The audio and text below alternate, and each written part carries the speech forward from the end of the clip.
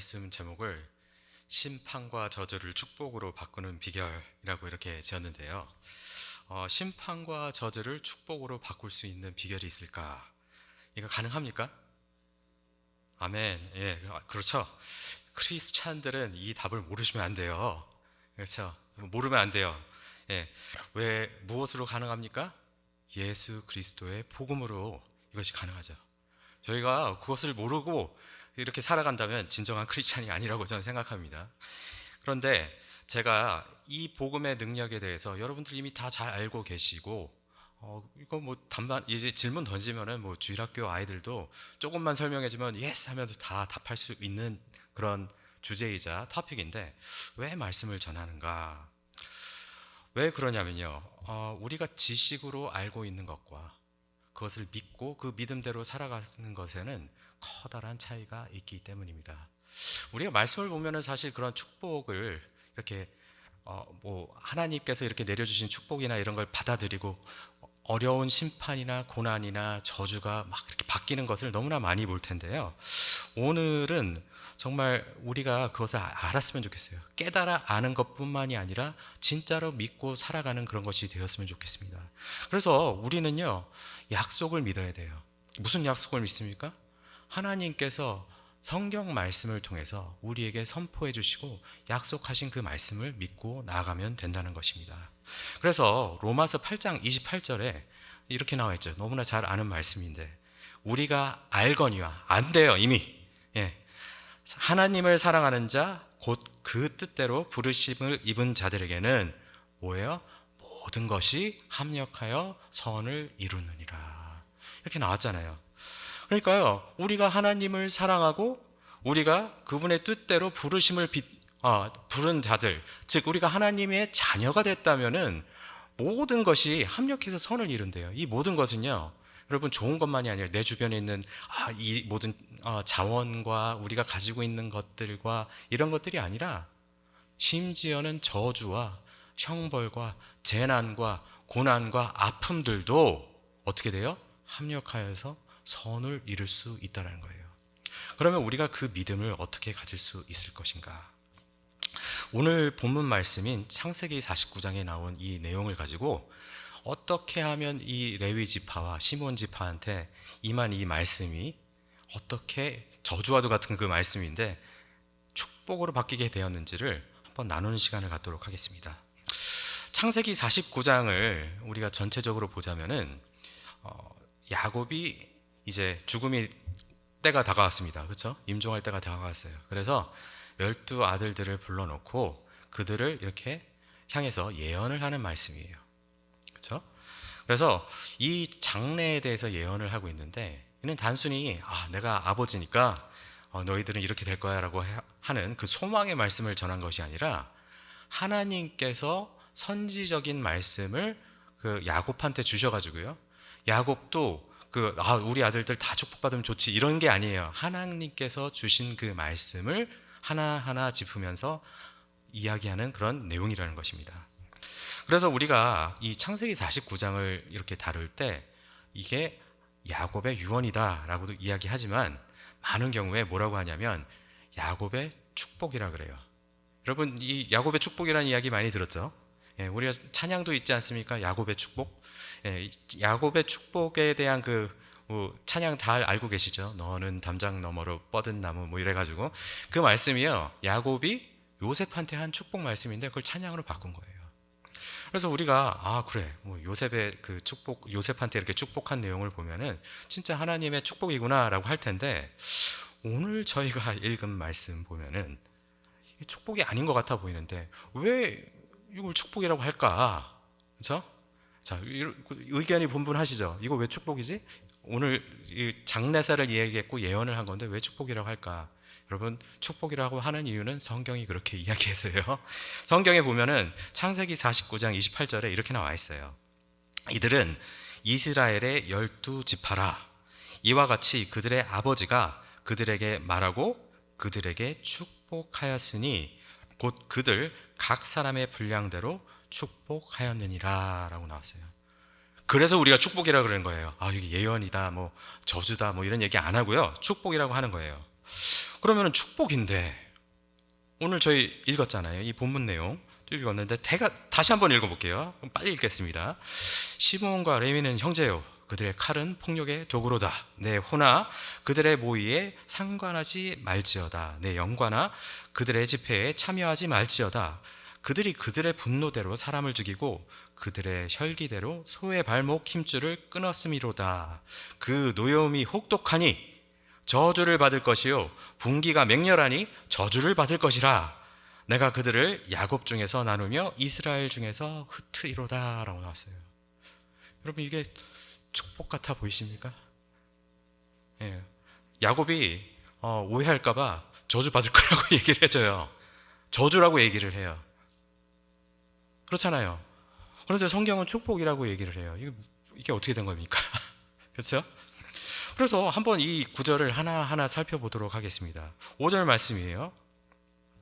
5절 말씀을 보니까 시므온과 레위는 형제요, 그들의 칼은 자대하는 기계로다 라고 나왔어요. 자, 그러면은 야곱한테 12아들들이 있어요. 그쵸? 야곱이 아들이 12아들이 있잖아요. 다른 형제들은 형제 아니에요?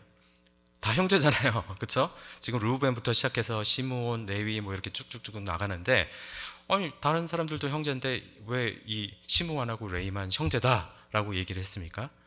이게 무슨 말이냐면, 너네는 특별히 브라더야, 이게 특별히 더 형제야, 이런 것이 아니라, 이 이야기는 이 둘은 똑같은 놈들이다 라고 야곱이 이야기를 하는 거예요. 네, 똑같은 놈이요 라고 하는 거예요. 왜 그랬습니까? 이것도 이들이 저지른 그 잘못이 있는 건데, 한번 제가 이들의 심정을 한번 대봤어요. 이제 차례대로 이거 장례일을 아버지께서 축복하면서 기도를 하잖아요. 르우벤하고 이제 나왔는데, 우리는 둘로 세트를 불렀어요. 다른 사람들은 다 한 명씩 해요. 근데 시므온하고 레위는 둘로 불렀어요. 그래서 세트로 예언해주고 세트로 저주를 해요. 그렇죠? 그 말을 보면은 정말 가슴이 아프잖아요. 그렇죠? 그러고 나서 이 얘기를 해요. 내 호나 그들의 모의에 상관하지 말지어다. 내 영광아 그들의 집회에 참여하지 말지어다. 그들이 그들의 분노대로 사람을 죽이고 그들의 혈기대로 소의 발목 힘줄을 끊었음이로다 라고 내가 해요. 이게 무슨 얘기냐면, 아버지가 이렇게 진짜 내가 너희를 상관하지도 않고 이렇게 하는데, 그 이유가 뭐냐면, 누군가의 소의 힘줄을 끊었다 그러는데, 이게 무슨 얘기냐? 창세기 34장에 나온 사건이 있습니다. 야곱이 형이랑 이제 헤어지고 세겜 땅에 갔는데요, 거기에서 이렇게 정착해서 살려 그러는데 딸이 있었죠. 딸 디나가 어떻게 됩니까?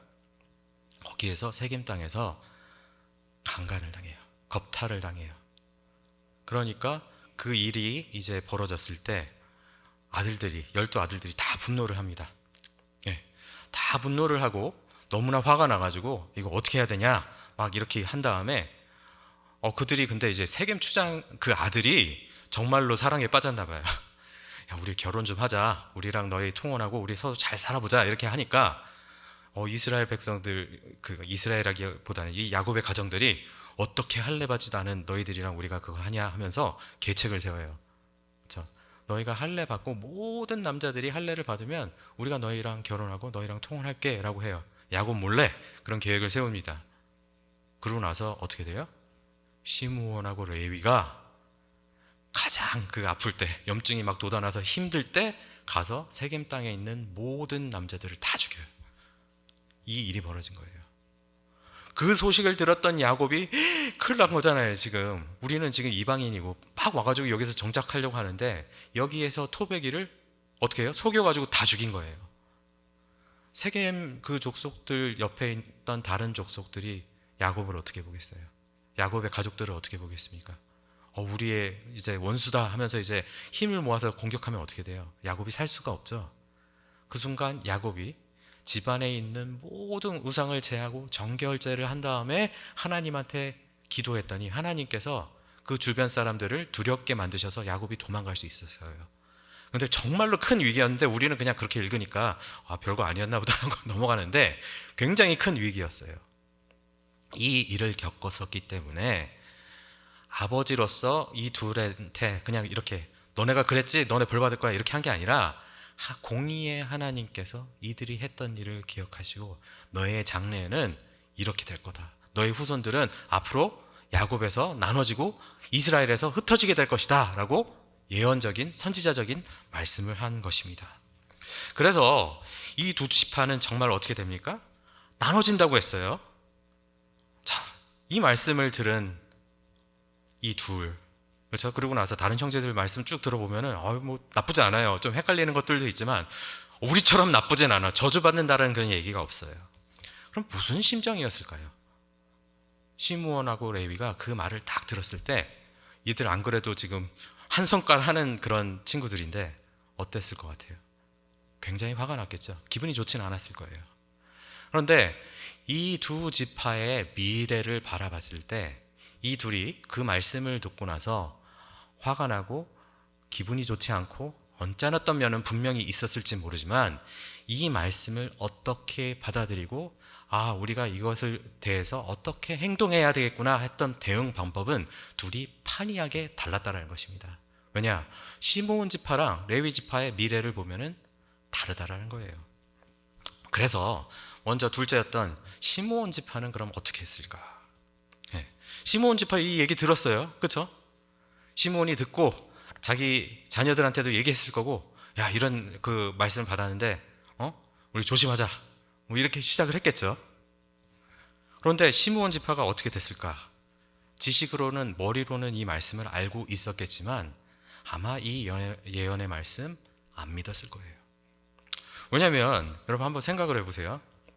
나중에 흩어지고 나눠진다 그러는데, 그러면은 우리가 이제 하나의 족속을 이룰 정도로 큰 이제 민족이 되는데, 하나님께서 이 족속을 저주했다, 아니면 하나님께서 이 족속을 축복했다라는 것을 어떻게 분간합니까? 고대에는요, 분간할 수 있는 방법이 많이 없어요. 딱 두 가지 정도로 이렇게 볼 수 있습니다. 첫 번째가 뭐냐면 소산이에요. 그래서 하나님께서 이삭을 축복했더니 어떻게 돼요? 가뭄이 왔을 때 100배의 소산을 얻었도다, 이런 얘기 나오죠. 하나님께서 아브라함을 축복했더니 막 100배를 얻었다, 막 이런 얘기 나오잖아요. 그 축복이 거기서 나오는 거예요. 하나님이 누굴 축복하면 소산을 얻는다. 그런데 우리가 좀 페어하게 얘기를 해야 되는 게 뭐냐면, 이 사람들이 노예예요. 소산이 없을 거 아니에요. 400년 동안 계속 이제 시간이 흘렀는데 무슨 소산이 있겠어요. 노예인데 그냥 맨날 일하고 그냥 노역하고 집에 돌아가서 이제 먹고 살기만 하면 바쁜데. 그러니까 그 첫 번째 그 소산으로는 이 12지파가 누가 더 축복을 받았지 이걸 볼 수가 없어요. 그럼 두 번째 방법이 있습니다. 그게 뭐냐면은 다산의 축복이에요. 그래서 아브라함의 컴플렉스가 뭡니까? 아들이 없었잖아요. 그렇죠? 하나님, 이제 뭐 저 축복해서 소산 늘어난 건 좋겠는데 이거 다 줄 수 있는 아들이 없습니다, 이랬잖아요. 그렇죠? 근데 하나님이 아들을 주시고 그 아들로 하여금, 야, 너로 하여금 큰 민족 이룰게 할 때 안 믿잖아요, 아브라함이. 아들도 없으니까. 그런데 이 시므온 지파, 12지파 중에서 이 시므온 지파를 보면요, 인구 조사를 합니다. 민수기에서. 그렇죠? 민수기 인구 조사를 하는데 시므온 지파가 얼마나 컸는지 아세요? 민수기에서 인구 조사했을 때 시므온 지파가 세 번째로 컸어요. 그 12지파 중에서. 숫자가 59,300명. 남자, 칼을 들고 싸울 수 있는 남자만. 그러니까 여러분 한번 생각을 해보세요. 하나님이 우리를 이스라엘 중에서 흩고 뭐 야곱 중에서 나누고 뭐 이렇게 하신다 그랬는데 우리가 세 번째로 커요. 세 번째로 큰 지파야. 여러분 세 번째면, 그리고 여기 좀 성깔이 있는 그 후손들은 아니에요. 그렇죠? 성깔이 있는 후손들이에요. 그러니 얼마나 강성했겠어요. 상상이 가세요, 여러분? 그러니까 그래, 우리 조상님 시므온, 그리고 야곱이 이런 예언을 하고 이런 얘기를 했다는데 우리가 힘이 세. 다른 족속들 뭐 유다 빼고는, 유다가 좀 축복이 좋았거든요. 유다 빼고는 우리가 그 다음인데 유다 제 샌님 같은 애들 우리가 훨씬 세, 이런 자부심이 아마 있었을 거예요. 그러니 이들이 얼마나 교만했을까 한번 상상을 해보십시오. 우리 민수기를 보면요, 광야의 여정을 시작하기 전에 인구 집계를 할 때 남자의 그 집계가 나오잖아요. 총 집계 60만 3,550명이었어요 광야의 여정을 시작하기 전에. 그런데 40년 동안 헤매고 나서 다시 한번 인구조사를 합니다. 근데 그때 다시 한번 인구조사를 했을 때 총 집계가 뭐였냐면 60만 1,730명이에요. 그러니까 그냥 뒤에 있는 애누리 딱 이렇게 떼고 오히려 줄었어요, 남자 수가. 근데 애누리를 띄면 60만이니까 인구 변동 없네 이렇게 보여요. 그렇죠? 우리가 대충 알잖아요. 1세대가 죽고 믿음의 2세대가 이렇게 성장해서 그대로 이제 그 같은 비슷한 수의 인구가 약속의 땅에 들어갔구나 이렇게 우리는 해석을 해요. 근데 세부 사항을 보면은 판이하게 다릅니다. 근데 여러 세부 사항 중에서 여러 이런 이야기가 있지만 시므온 지파가 어떻게 됐는지 아세요? 자, 아까 59,300명이었잖아요. 그러고 나서 두 번째 집계했을 때 인구수가 뭐냐면 22,200명이에요. 그러니까 37,100명이 줄었어요. 이게 비율로 치면은요 70%에 가까운 숫자가 줄은 거예요. 왜 이런 일이 벌어졌을까? 인구가 확 줄었어요. 근데 이게 끝이 아니에요. 시므온 지파가 이제 수가 작으니까 어떻게 되냐면 약속의 땅에 들어가야 되잖아요. 약속의 땅에 들어갈 때 그러면은 이제 너네 무슨 지파는 이렇게 분깃을 뽑아가지고 어디로 가고 너네 유다 지파는 어디로 가고 뭐 어디 지파는 어디로 가고 이렇게 해서 어디 땅 분배를 받아요. 그 말이 분배지 거기 가서 싸워서 너네가 차지해라 이 소리예요. 자, 그런데 시므온 지파가 약속의 땅으로 들어갈 때 그들의 땅에 대해서 그들이 이제 점령해야 될 땅에 대해서 이렇게 상세하게 얘기한 구절이 나오는데 여호수아 19장이 나와요. 근데 제가 두 구절만 읽을게요. 여호수아 19장 1절하고 5절 이 내용만 딱 읽을게요. 둘째로 시므온 곧 시므온 자손의 지파를 위하여 그들의 가족대로 제비를 뽑았으니 그들의 기업은 유다 자손의 기업 중에서라. 자, 5절도 읽을게요. 시므온 자손의 이 기업은 유다 자손의 기업 중에서 취하였으니 이는 유다 자손의 분깃이 자기들에게 너무 많으므로 시므온 자손이 자기의 기업을 그들의 기업 중에서 받음이었더라. 그래서요 여호수아서에서 이제 분할받은 땅 해가지고 여러분 구글로 딱 찍으시면은 쭉 나오는데 남쪽에는 이제 남쪽에 있는 지파들이 대충 알죠. 베냐민 지파, 유다 지파 이렇게 있잖아요. 시므온 지파는 유다 지파 한가운데 이렇게 동그랗게 쳐져 있어요. 유다 지파의 분깃 중에서 받은 거예요, 이 말씀대로. 그런데 나중에 솔로몬이 범죄를 하고 나서 어떻게 됩니까? 왕국이 둘로 나눠지죠. 어떻게 나눠집니까? 남유다와 베냐민 두 지파랑, 그렇죠? 나머지 10지파예요. 그렇게 나눠지죠. 아시죠? 제가 뭐 어려운 얘기 하는 거 아니에요. 그러면은 원래 이게 영토대로 나눠졌으면 남쪽엔 누가 있어야 돼요? 유다, 시므온, 베냐민 이렇게 있어야 돼요. 근데 시므온이 어디로 붙었어요?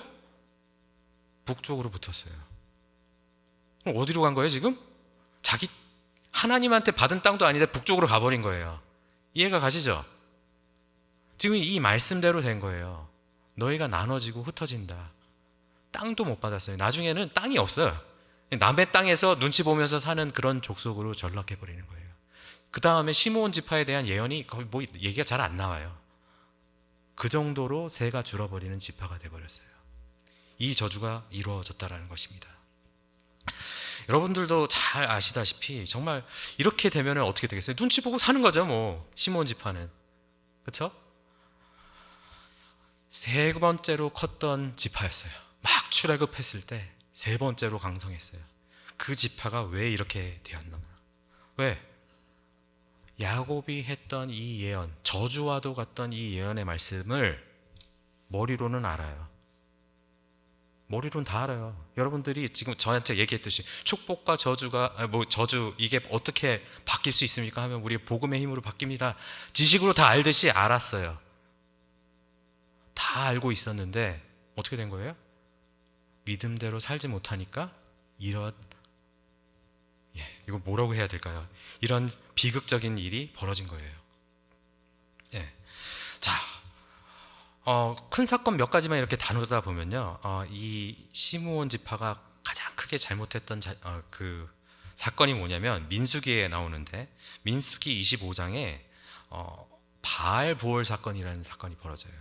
이건 뭐 다 이스라엘 모두가 참여한 건데 그 중에 열심으로 대놓고 뻔뻔하게 참여하고 주도를 했던 지파가 누구였냐면 시므온 지파예요. 그래서 그 사건 때문에 하나님께서 너무 진노를 하셔가지고 이스라엘 지파에 연병을 보내요. 그래서 그 연병으로 인해서 2만 4천 명이 하루아침에 죽어요. 예. 그런데 그 사건을 이제 해결하는 사람이 등장하는데 어떤 이 사건의 그 이야기를 한번 볼게요. 민수기 25장 7절에서 8절 말씀입니다. 제가 읽어보겠습니다.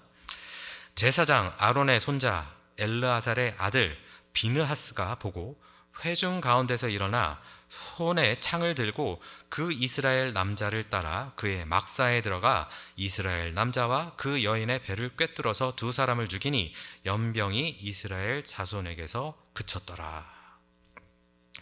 즉 아론의 손자니까 아론이 레위 사람인 거 아시죠?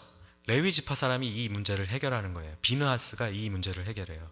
근데 여기서 죽였다는 이 이스라엘 남자가 누구냐면 시므온 지파의 우두머리 중 하나, 예, 그 사람이었어요. 그 사람이 미디안 여인 한 명을 데려와 가지고 이 사건을 벌입니다. 나중에 제가 좀 더 이 이야기를 자세히 할게요. 그러니까 시므온 지파는 이런 예언이 있었고 이런 저주가 있었어도 자기네들이 강성하니까 굉장히 교만하게 살았던 거예요. 아, 그냥 그런가 보다. 근데 지금 레위 지파 바로 보이시죠? 누가 잘못하고 범죄를 하니까 어떻게 해요? 그냥 실행으로 옮기지 않습니까?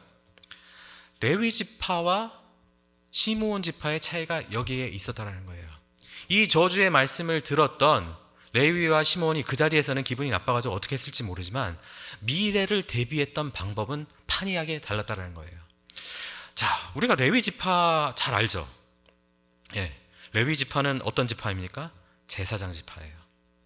그러니까 이 제사장 지파가 됐다라고 하는데 제사장 지파가 돼가지고 어떻게 되냐면 여러분 이게 지금 민수기를 보면은 우리가 이제 지파가 쭉 나오지 않습니까? 인구 조사를 하잖아요. 12지파 안에 레위 지파가 사라져요. 그리고 원래는 요셉의 지파였을 텐데 요셉 지파를 둘로 나눠요. 그래서 므낫세하고 에브라임으로 나눠서 그 둘을 12지파로 만들고 레위 지파는 어떻게 되냐면 제사장이라서 아예 그냥 따로 제사장이라고 아예 그냥 만들어 버리는 거예요. 12지파는 그래서 레위 지파가 들어가지 않습니다. 자, 이 사실을 이제 알고 있었던 레위 지파의 사람들은 항상 어떻게 했겠어요? 야, 우리 조심해야 된다. 어떻게 이스라엘 중에서 나눠지고 흩어질 거야. 우리가 조금이라도 잘못하고 하나님의 눈에 들지 않으면 우리는 이런 일을 벌어지게 될 거야. 그래서 우리는 이것을 회복해야 돼. 왜요? 하나님이 어떤 분인 것을 정확하게 알고 있기 때문에. 하나님이 공의의 하나님과 동시에 긍휼의 하나님이라는 것을 알고 있었기 때문에 우리는 기회가 오면 모든 찬스가 생기면 우리는 무조건 하나님 편에 서야 된다라는 그 마음가짐을 가지고 계속해서 자손들에게 그 가르침을 전했다라는 거예요. 그것이 시므온 지파와 레위 지파의 결정적인 차이였어요. 그러니까 여러분 제사장 지파가 됐는데 이 얻은 축복이 뭐예요? 아, 우리가 레위 지파 하면은 맨날 힘든 것만 봐가지고 별로 이렇게 좋아 보이지 않을 수도 있는데 제사장 지파가 돼서 얻은 축복 첫 번째가 민수기에서 바로 나오죠. 인구조사를 안 했어요. 자, 인구조사 왜 안 했냐? 민수기 1장을 보면요 바로 나와요. 인구조사 했던 거는 이제 광야에 우리가 들어갈 건데 광야에 들어가서 여러 족속들이랑 누구를 싸워야 돼요. 그러니까 너희가 계수를 할 텐데 누구를 계수하냐면 20살 이상 칼을 들고 싸울 수 있는 20살 이상의 남자들만 계수를 해라 하는 거예요. 자, 이스라엘 이때 당시에는 20살부터 군대가 면제가 없어요. 평생 하는 거예요. 예, 왜 제가 그렇게 얘기하냐? 갈렙 몇 살이었어요? 갈렙 싸우죠. 이 산지를 내게 주소서 하면서 갈렙이 싸워요. 그러니까 군대는 20살 딱 되는 순간 이스라엘 이 백성들은 끝까지 싸우는 거예요. 근데 레위 지파는 군 면제가 됐어요. 군 면제예요. 야, 우리 한국에서 신의 아들이라 그러죠. 정말로 군 면제가 돼서 안 싸워요. 왜 그러냐면은 사람을 죽이고 피가 묻으면 어떻게 돼요? 부정해지니까. 하나님의 제사를 드려야 되는 제사장 지파는 싸워서는 안 되는 거예요. 그러니까 레위 지파는 어떻게 됩니까? 저절로 드러나요. 고대에서 전쟁을 통해서 죽고 기아를 통해서 죽고 기근을 통해서 죽고 병 때문에 죽는데 전쟁을 많이 하잖아요, 이스라엘은. 그렇죠? 근데 이제 나중에 사사기 뭐 이럴 때도 다 보면 레위 지파 사람들은 절대 안 보여요. 그러니까 전쟁 때문에 죽을 일이 없어져요. 레위 지파는 그러니까 저절로 수가 늘어나는 겁니다. 자, 그래서 레위 지파 사람들은 하나님의 영적 제사장의 역할을 해서 하나님께 제사 드리는 역할을 하고요. 두 번째는 뭐예요? 둠민과 우림으로 하나님의 뜻을 알게 돼서 백성들한테 그것을 가르치고요. 또 율법을 통해서 백성들을 가르치는 영적 리더 지파가 되는 거예요. 자, 그러니까 이렇게 제가 얘기하니까 여러분 혹시 어떤 분들이 이런 생각하실지도 모르겠어요. 야곱이 예언을 했는데 시므온은 딱 맞았어. 지금 결과가 벌어졌잖아요. 시므온 막 흩어지고. 근데 레위 지파는 약간 헛집었구나, 헛다리 짚었구나, 이런 생각을 하실 수 있을 텐데요. 아니에요. 그 예언도 이루어집니다. 자, 레위 지파는 약속의 땅으로 들어갔을 때 약속의 그 땅 분깃을 받지 않습니다. 이스라엘 온 땅에 흩어지고 나눠져서 살아요. 왜요? 12지파들이 특별한 유월 절기나 이런 절기 빼고는 어디에서 제사를 드려요? 자기가 살고 있는 데서 제사를 드려야 되잖아요. 그럼 제사 누가 드려줘야 돼요? 제사장들이 집행을 해야 되죠. 그러니까 뭐 보면은 다 이래요. 유다 땅에 속해 있는 어느 땅에는 레위 지파 누구 사람들 가고, 어느 지파에 어디 땅에는 레위 지파 누가 가고, 이런 식으로 레위 지파는 온 이스라엘에 나눠지고 흩어졌어요. 근데 어떤 형식으로 나눠지고 흩어진 거예요? 축복의 형식으로. 이게 저주의 말씀이었어요, 여러분. 저주였고, 그냥 아예 저주라고 무엇을 박았어요. 너희는 그냥 저주 받았어. 앞으로 이렇게 될 거야 라고 얘기를 했는데, 시므온은 그 약속의 말씀, 그 예언의 말씀을 가벼이 여기고 지식으로만 여겼을 때 그 일이 벌어진 것이고, 레위 지파는 어떻게 된 것입니까? 그 약속의 말씀을 두려움으로 받고 계속해서 이것을 역전시킬 수 있는 하나님의 은혜를 기대하고 살았기 때문에, 그 믿음대로 살아나갔기 때문에 저주가 똑같은 내용인데 축복으로 바뀌게 되었다는 것입니다. 여러분, 이것이 바로 전화위복의 축복이에요. 우리 목사님께서 전화위복 얘기하셨죠? 3월 달에. 전화위복이에요. 우리 눈앞에 화가 있는 것이 뭘로 바뀌게 되는 거예요? 똑같은 화였는데 그게 복으로 바뀌게 되는 거예요. 그 복으로 바뀔 수 있는 것이 무엇입니까? 우리가 하나님의 약속을 믿고 그 믿음대로 살아나아갈 때 우리가 그렇게 될 수 있다는 것입니다. 자, 이 영적 지도자였던 모세가 레위 지파 사람이라서 레위의 편을 들었을까? 아니에요. 모세가 레위 지파 사람들한테 얼마나 핍박을 많이 당했는지 아세요? 심지어는 자기 누나랑 뭐 형들도 자기 반대했잖아요. 그러니까 개인적인 페이버를 준 게 아니에요. 근데 모세가 왜 너네가 제사장 지파가 되고 왜 축복받았는지 딱 한마디로 정의를 해요. 신명기 33장 9절 말씀입니다. 그는 그의 부모에게 대하여 이르기를 내가 그들을 보지 못하였다 하며 그의 형제들을 인정하지 아니하며 그의 자녀를 알지 아니한 것은 주의 말씀을 준행하고 주의 언약을 지킴으로 말미암음이로다. 여러분, 이렇게 읽으면 솔직히 무슨 말인지 잘 모르겠죠? 자, 해석을 하자면요, 이 얘기예요. 하나님 말씀을 지키고 준행하려고 누굴 버렸다고요? 부모, 형제, 식구들 다 버리고 하나님 말씀을 준행하는데 힘썼다라는 거예요. 지난주 말씀, 목사님 인용하신 말씀 떠오르죠? 예수님께서 하신 말씀. 예수님 뭐라고 하셨어요? 마가복음 10장 29절 30절에 이렇게 했죠. 예수께서 말씀하셨다. 내가 진정으로 너희에게 말한다. 나를 위하여, 또 복음을 위하여 집이나 형제나 자매나 어머니나 아버지나 자녀나 논밭을 버린 사람은 지금 이 세상에서는 박해도 받겠지만 집과 형제와 자매와 어머니와 자녀와 논밭을 100배나 받을 것이고 오는 세상에서는 영원한 생명을 받을 것이다. 구약의 하나님과 신약의 예수님께서 똑같은 얘기 하시죠. 너희가 누구를 위해서? 나를 위해서, 하나님을 위해서, 복음을 위해서 이 말씀을 지키고 이 말씀을 지키기 위해서 가족들을 내팽개칠 수 있을 정도로 헌신을 하면 어떻게 돼요? 복을 주신다는 거예요. 우리는 구약의 하나님은 무섭고 신약의 예수님은 너무 젠틀하고 좋아, 뭐 이런 얘기 많이 하는데 아니에요. 똑같은 말씀 하시는 거예요. 본질적인 데에서는 똑같은 말씀하고 계시는 거예요. 예수님께서 원하시는 게 뭐예요? 말씀을 준행하기 위해서 너희도 일해라. 그래서 이스라엘 백성들이 범죄를 했을 때, 출애굽기 32장 금송아지 사건에서 여러분 아시죠?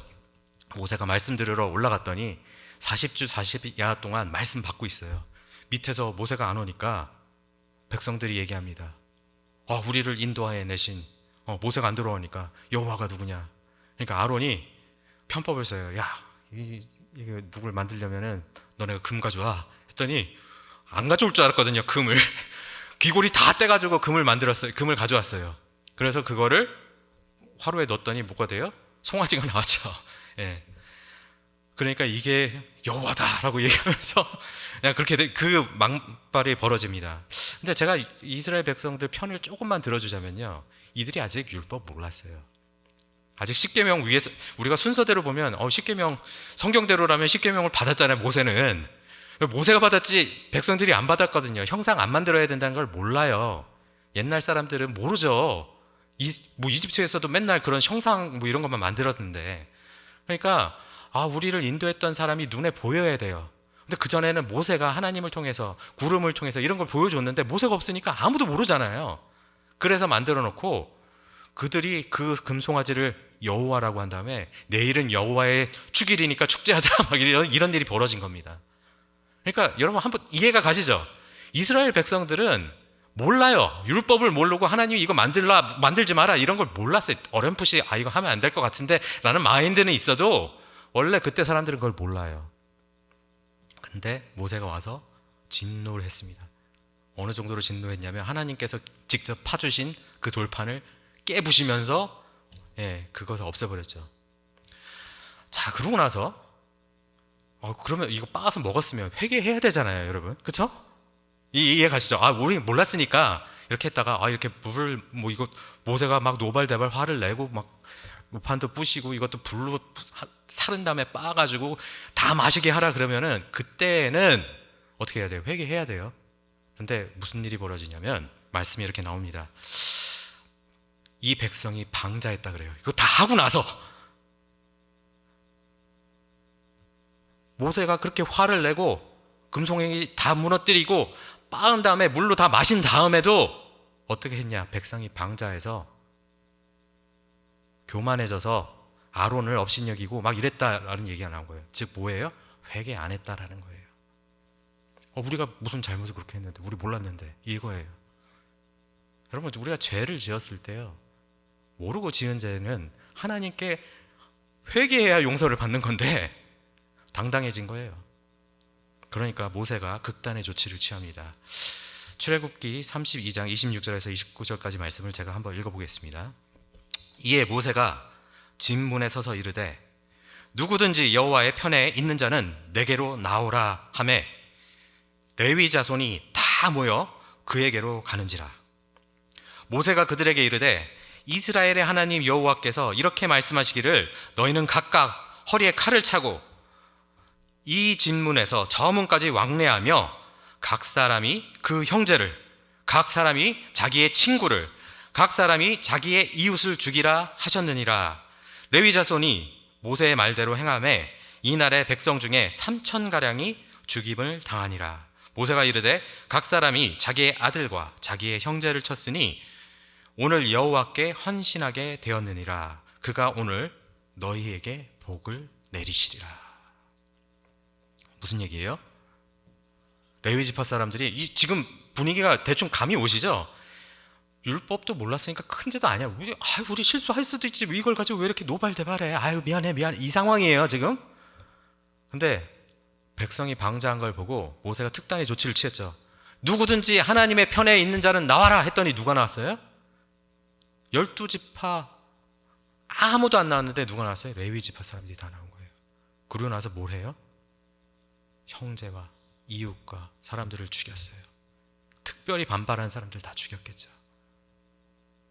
우리가 볼 때는 이거 너무 잔인해, 이거 뭐야 라고 할 수 있겠지만 레위 지파 사람들은 그만큼 간절하게 하나님의 명령을 준행하려는 마음을 가졌다는 거예요. 우리가 잘못된 길로 서지 않겠다라는 그런 마음을 가졌다는 거예요. 여러분, 이 시몬 아까 얘기했었죠. 민수기 25장 바알보올 사건. 이 사건도 뭐냐면은 이미 벌 받고 있는 중이에요. 이게 재판을 하고 하나님께서 얘기했어요. 야, 여기에서 이 일에 가담한 사람들, 우두머리들 다 죽여 하고 모세한테 명령을 내려요. 그래서 모세가 무거운 마음으로 회막에 모여서 백성들한테 선포를 해요. 야, 하나님께서 이렇게 말씀하셨다. 이 일에 가담한 사람들 다 죽이라고 얘기했다라고 하니까 어떤 상황이에요? 이 일에 가담했던 사람들, 그들의 가족이나 그들의 식구들이 어떻게 했겠어요? 슬퍼서 울고 있었어요. 지금 그런 상황이에요. 그런데 그런 상황에 시므온 지파의 지도자, 우두머리였던 하나, 그 시므리라는 사람이 지금 백성들 울고 있고 모세는 슬픈 마음으로 그 얘기를 하고 있고 이제 이것을 시행해야 된다라고 하고 있는데, 이 시므리가 옆에 미디안 여자 족장의 딸을 끼고 모세 눈앞에서 룰루랄라 하면서 자기 텐트에 가서 음행을 한 거예요. 이 사건이. 이해가 가세요? 너무 당당하게 한 거예요. 이 시몬 지파의 지도자가. 왜요? 우리가 세거든. 못 건들거든요. 내가 지도자야. 이 마인드로 간 거예요. 그랬는데 진짜 아무도 못 건들고 있어요. 그때 누가 일어난 거예요? 비느하스가 그때 일어난 거예요. 다른 지파 사람들이 이 사람 지도자잖아요. 강한 지파, 세 번째로 큰 지파의 지도자가 모세 눈앞에서 여자를 끼고 이렇게 막 가면서 룰루랄라 하면서 텐트에 들어가서 그것을 하고 있을 때 다른 사람들은 두려워서 하지도 못했는데 누가 했어요? 레위 지파의 비느하스, 아론의 손자였던 비느하스가 창을 들고 들어가서 그 둘을 한꺼번에 죽였어요. 그랬을 때 하나님께서 그것을 멈췄다라고 한 거예요.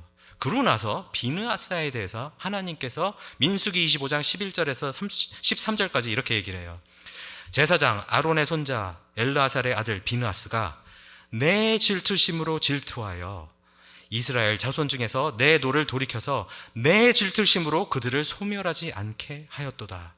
그러므로 말하라. 내가 그에게 내 평화의 언약을 주리니 그와 그의 후손에게 영원한 제사장 직분의 언약이라. 그가 그의 하나님을 위하여 질투하여 이스라엘 자손을 속죄하였음이라. 이스라엘이 범죄하고 누구도 그 일을 선뜻하지 못하려고 할 때 일어난 사람, 일어난 그 한 사람이 그 일을 하니까 어떤 마음으로 했다는 거예요? 내 질투하는 마음으로. 하나님이 질투하는 그 질투하는 심정으로 나를 대신해서 그렇게 했다. 여러분, 하나님께서 어떤 사람을 오늘 찾습니까? 지식이 많은 사람이요? 사형리를 달달달달 외워가지고 그대로 그냥 이렇게 전할 수 있는 사람이요? 성경 어디 뭐에 있으면은 암송해가지고 탁 하고 답 나오는 사람이요? 그런 사람도 기뻐하시겠지만 하나님께서 원하시는 건요, 어떤 사람이에요? 바로 하나님께 이렇게까지 순종할 수 있는 사람, 하나님이 이런 분이라는 걸 믿고 따를 수 있는 사람. 지금 오늘날로 우리가 조금 더 얘기하자면 예수 그리스도의 복음에 정말 미친 사람, 그런 사람을 하나님께서 찾고 계신다는 거예요. 여러분, 그냥 지식 가지고 아는 거 가지고 하려면요, 여러분 암송 열심히 하시는 분이 최고예요. 두 번째, 우리 신학 공부를 하는 우리 목사님하고 저나 많이 알고 있는 사람이 최고죠. 근데 여러분, 그게 최고인 것 같아 보이세요? 그게 아니에요. 진짜 하나님께서 원하시는 분은 내가 어떤 사람인지를 알고 그것을 믿고 그 믿음대로 살아가는 사람, 그분을 하나님께서 찾고 계십니다. 저는 여기 계신 모든 분들이 그런 분이 되기를 간절히 축원합니다. 지식도 너무나 중요하고 하나님의 말씀을 아는 것도 중요하지만 그것보다 하나님이 어떠신 분인 것을 믿고 그 믿음대로 살았을 때, 예수님이셨으면 이때 이렇게 하셨겠구나, 하나님이시면 이런 걸 원하시겠구나 라는 걸 알고 그들의 마음, 그 하나님의 마음을 대신해서 실행할 수 있는 분들, 그래서 하나님이 보시기에 너무나도 자랑스럽고 너무나도 아름답고 너무나도 기뻐하시는 그런 주님의 자녀가 되시기를 간절히 축원합니다.